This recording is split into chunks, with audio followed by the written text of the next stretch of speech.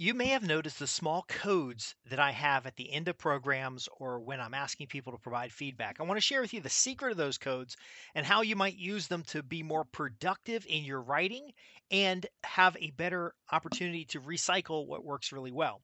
I'm Justin Hitt from Ad Briefing's Copywriting Tips. The secret to my product codes I'll share with you over the course of today's episode. But the number one thing is about organization. So you'll notice if you go to my main website, jwhco.com. That's where I talk about the private publishing company that I have.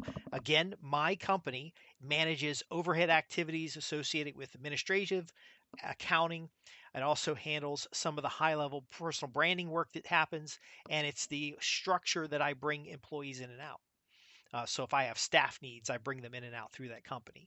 Now, you'll see on the first page, as of this recording, you go to the bottom of the page, it has code N0206A. That code tells me the category or the cluster that this particular topic is in, and I can use that unique code to look up notes in OneNote, to search entire hard drives for project information or notes. It's going to be in file names. It's going to be mentioned in cross-referencing. In my organization software that organizes all the file cabinets, I can look up that code to find all work related to it. Now think about this. If I have codes that cluster topics and I have a new writing assignment on a specific topic, what do I need to know to find the maximum number of materials that I've already researched, that I've already worked on, that can come together for the client's specific needs? Well, it'll be the project code or the catalog code. And I also call them ad codes because my advertising is coded this in a similar way. But what you'll notice is having some kind of coding system tells me a lot about a piece of work. So the first letter in my code, and you can come up with your own coding system yourself because my code does have limitations. But the first letter in the coding system is the year in which the work had started. So if I see a code that has like A02, that tells me like 2008 or 2009. Now, again, you don't have to memorize the codes in order to make them work for you. You just have to have a coding system that you use consistently. But I'll real quick here, just take a quick little look in my project folder, and I see that anything with a code A is actually started in 2005. So this helps me understand things that I'm going to reprocess. So if I have a program on, and I'm just not even off the top of my head because um, I don't have to remember these things because they're properly coded. But I have a program called on how to gain instant credibility with the code A0208A. If you go on the internet, if you go on any of my websites and you search for that code, you will find all the content and all of its variations that was published related to that code. But more importantly, when I or someone on my team is writing an article on instant credibility, we can go through all of our past materials to make sure we write the next article on something that is valuable but hasn't previously been covered. Because again, I don't want to hire people to do the same work more than once. Now, in a subfolder, because like I said, this code is how I'm organizing things. In a subfolder, you'll notice some of my codes have a 00, they're like 3 digits in front of it. Now, what I figured is that if each first letter represents a year, and I reach all the way to Z, which is 26 years, and I'm still creating new stuff, then I've made a mistake. I need to focus on finishing projects more than creating new projects. And then when it comes to the 3-digit code, if for a particular project, I have more than 999 sub pieces of work, then I could stop and refine what I already have. So if something is called 001 A0208A, then I can always improve it by adding, maybe the original, and I'll just click in here. So that code represents a storyboard for a video. If I'm going to promote the storyboard for the video in that same directory, I would create another file that maybe is an article, and that article points to the video. And then maybe I might have some social media posts. So I might write a bunch of social media posts. I keep adding these to the same files, and I end up with a portfolio, which later I can hand the entire folder to someone on staff who would then write a first draft for a special report, for a sales letter, for a lead generation piece, for an email series. Can you see how valuable this is? Now I know I get people who write in and they say, "Well, I have problems organizing the information in my office." They've done research 4 or 5 times for the same types of client assignments, and they haven't built the codes or the keywords for the association. Because another thing I do use is keywords in case I haven't developed the code, because the code represents an actual product. There is a product, whether it's going to be training or an in the room classroom type training. Um, there is a product called instant credibility, and it's how experts create instant credibility in the marketplace so that they are the first choice when it comes for hiring opportunities, for new client engagements or projects. Now think about that, folks. I took a code and I turned it into a short title, and that short title I just pitched you on a program. Now, if a client comes to me and says, I need a sales letter on how to build instant credibility because they have a product on instant credibility, then I can go to my library of materials and build a sales letter. Perhaps they come to me and they say, hey, look, I want to hire you to do a presentation to my trade association about how to develop instant credibility. These are salespeople. These are insurance agents. These are project managers. I simply go to the code A0208A, and I have a giant folder full of all of the content related to that. And if I'm looking for new content, I use that code in other platforms. Now, in the root folder, I will have a keyword index because everything in that project folder is related. So it doesn't matter what kind of codes you have. A lot of people have codes where they go through A through Z and then they have a number index. A lot of people have a code that it has to look like a code to you when you see it. A lot of people have a code that is just broken down like an ISO date. So it might be 2005 0208. And then I use the A B variations there because I used to write 2 marketing campaigns, and there'd be an A variation and a B variation, but the prefixes were pretty much the same because it was the same topic set. But my point being is that you're going to be able to organize information better. You're going to be able to cluster topics, and you're going to be able to recycle more of what you have while fulfilling deliverables for billable clients. Now, if you go to one of my websites, such as the Inside Strategic Relations newsletter, you will see, and I'm just picking the top article on the list, and this particular newsletter deals with strategic relationship issues. So some of the topics here might not be for everybody, but it's how to use relationship strategies, including communications and marketing, in order to influence the world around you to get more of what you want. I go to an article, and the title is How to Turn Over Bad Governments Without Violence. Okay, again, it's about influence. It's a sensational title to get people to click. And then to go down to the bottom of that article, and I'll see a little code that says Q0808A. Again, this is giving me and my staff an idea of where to find more information about that topic. So Q means 2021. Now, I've got materials that go back to 2000 and prior, and before 2005, I didn't have this system in place. And actually, before 2005, I would struggle to find information. I'd write a report and file it somewhere and couldn't find it, and I have to rewrite it again.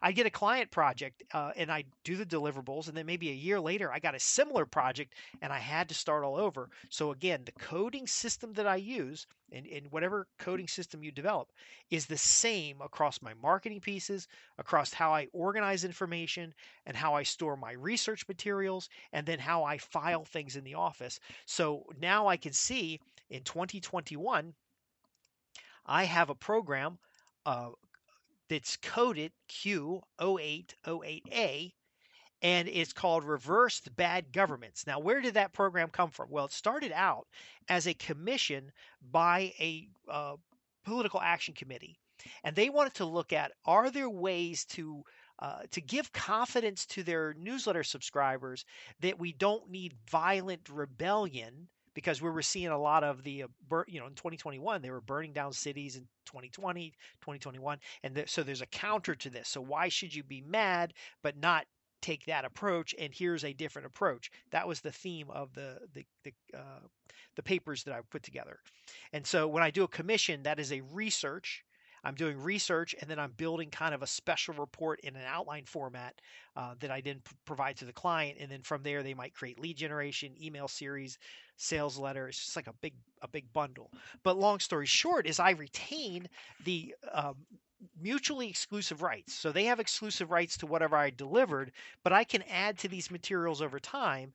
And the reason was a lot of clients will come back to me and say, hey, you know that sales letter you wrote for me a couple years ago? I'd like to write another one that's similar topic, same product, whatever. And then I would have the materials easily to restore. See, the most important thing about storing information is how you can retrieve it. And what I found was these codes let me retrieve it. But why I'm giving you this particular example is because I literally have several podcast articles, several blog posts. All of these things come together to form a tutorial called Reverse Bad Government. And here's the opening hook. It is no secret that the United States and numerous governments worldwide are struggling in dramatic ways.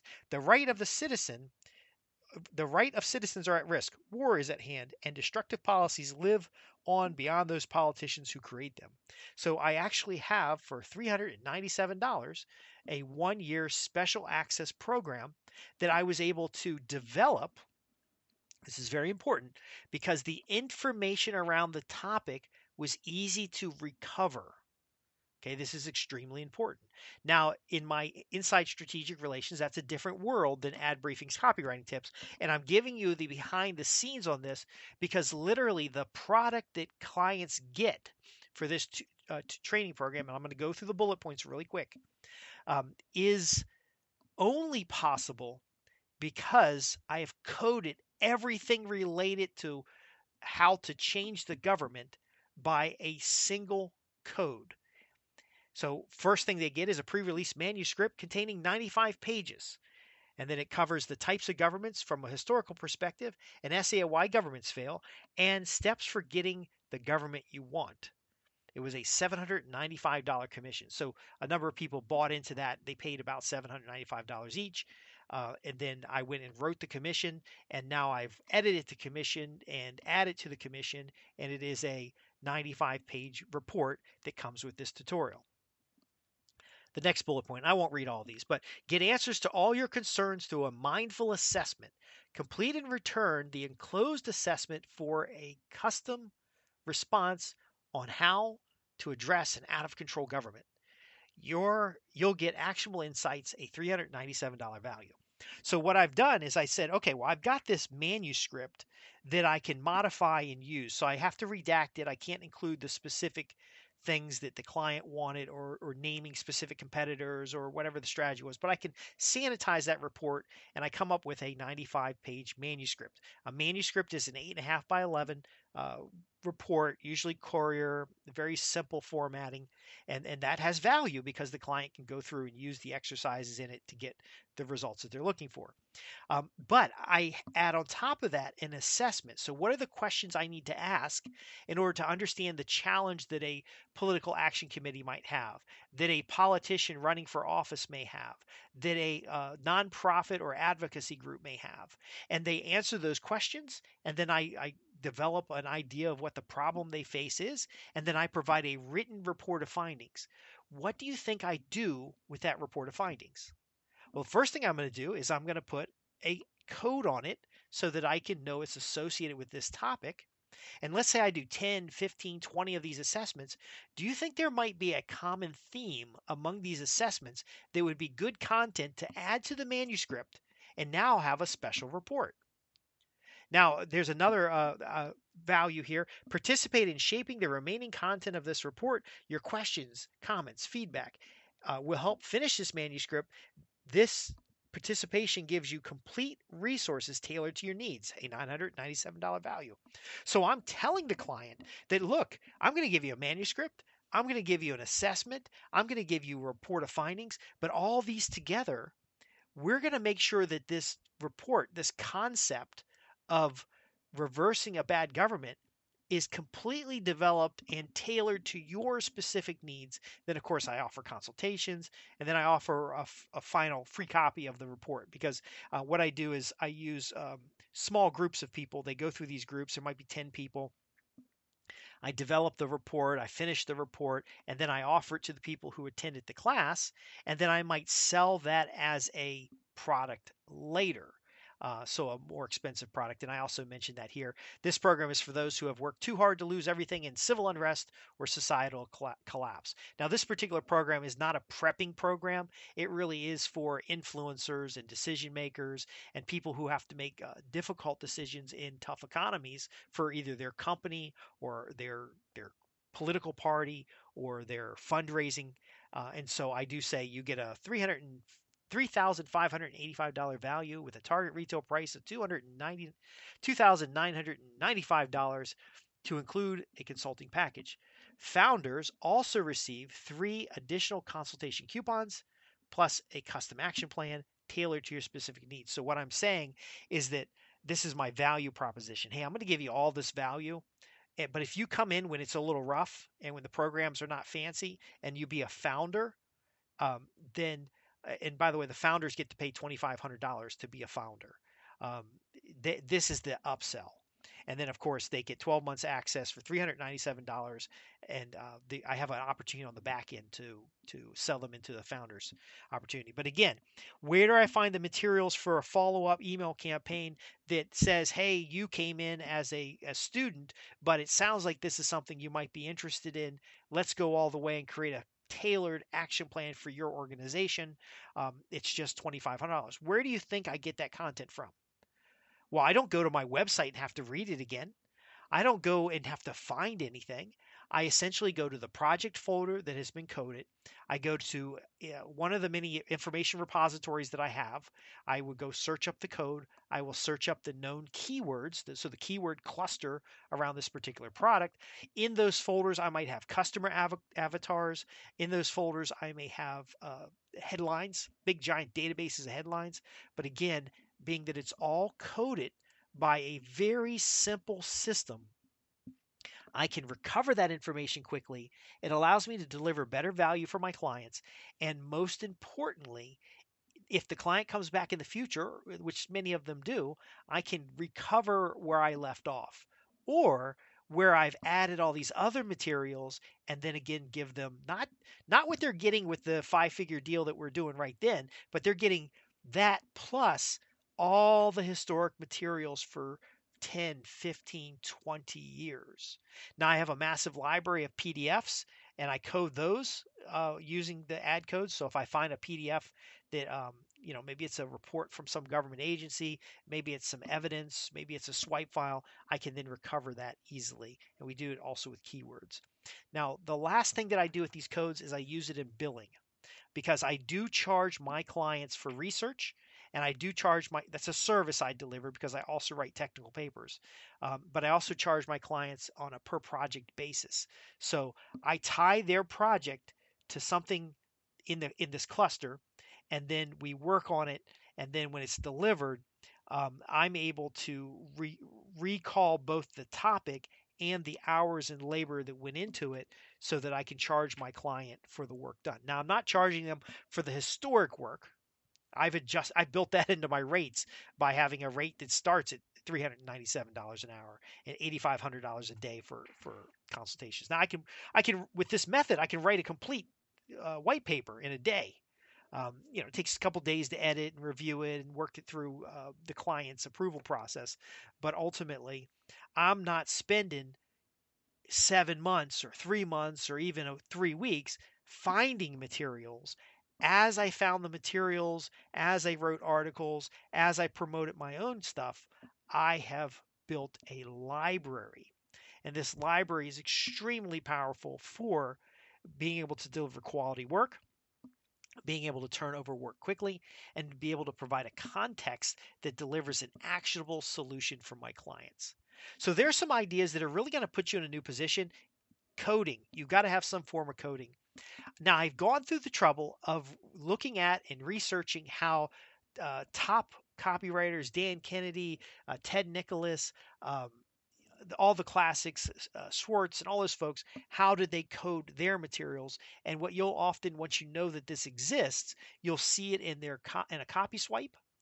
But they also used codes in their internal work. Now, they didn't have databases and stuff that we have, but they had file cabinets. And if you put all the related materials in the same file cabinet, then it's easier to pull out that topic when you're ready. Can you see how this is going to save you hundreds of hours? Even if you don't believe you're a very organized person, you're going to be able to organize information quickly. You're going to be able to code expenses faster. You're going to be able to recycle things that you've known worked in the past. You'll be able to recover similar campaigns, and you can code, of course, by customer avatar, or you can code by topics. Most of my coding is done by topics because I only have, as a publishing business, I only have one or two types of clients.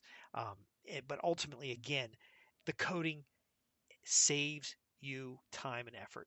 Coding puts you in a leadership position, and even when you're on a call, if you know what topic cluster, like when I do a consultation, I'll have in front of me hundreds of pieces of materials, headline lists, topical summaries, just an amazing amount of material so that when I'm doing a written report of findings for a client, I can give them the very best every time. I'm Justin Hitt with Ad Briefing's copywriting tips, and our goal is to help copywriters and marketers build $1 million plus agencies. And in order to do that, you're going to have different ways of organizing, approaching, and delivering quality work. Now, again, it's not just quality in how it reads, but the context and depth of your materials needs to be in such good working condition that it creates and keeps profitable customers so that your clients can take your materials and put it in the marketplace and get substantial results consistently. That way you can get 4 and 5 figure assignments instead of fighting this back and forth with these job boards. If you're serious about growing your freelance copywriting business or your marketing services or your agency to $1 million plus agency without having a huge staff of people, then you need to visit www.adbriefings.co.uk. Go to the contact page and just tell me about the pressing challenges you have. Why is it that you don't already have $1 million or plus marketing agency? How come you haven't leveled up from 5 million to 10 million? Ask those questions. I'll answer them for free as part of this particular podcast. Do be sure to mention that you've heard about that opportunity on this podcast. And then what I'll show you, because when I send you the written materials, because we're not going to talk on the phone, that's a paid service. But when I send you written materials, you will see the ad code or the program code that clusters what your question was with something in my library. And of course, if it's you ask a question that I can't answer with authority, I'll let you know and refer you to somebody who can. But that's how powerful these insights are. So you're in the right place if you want to grow your freelance copywriting business or your marketing consultancy to $1 million plus agency without having a lot of employees, without having an office downtown, still having the same flexibility of being a freelance copywriter. You're in the right place. And thank you for joining me. I'll see you in the next episode.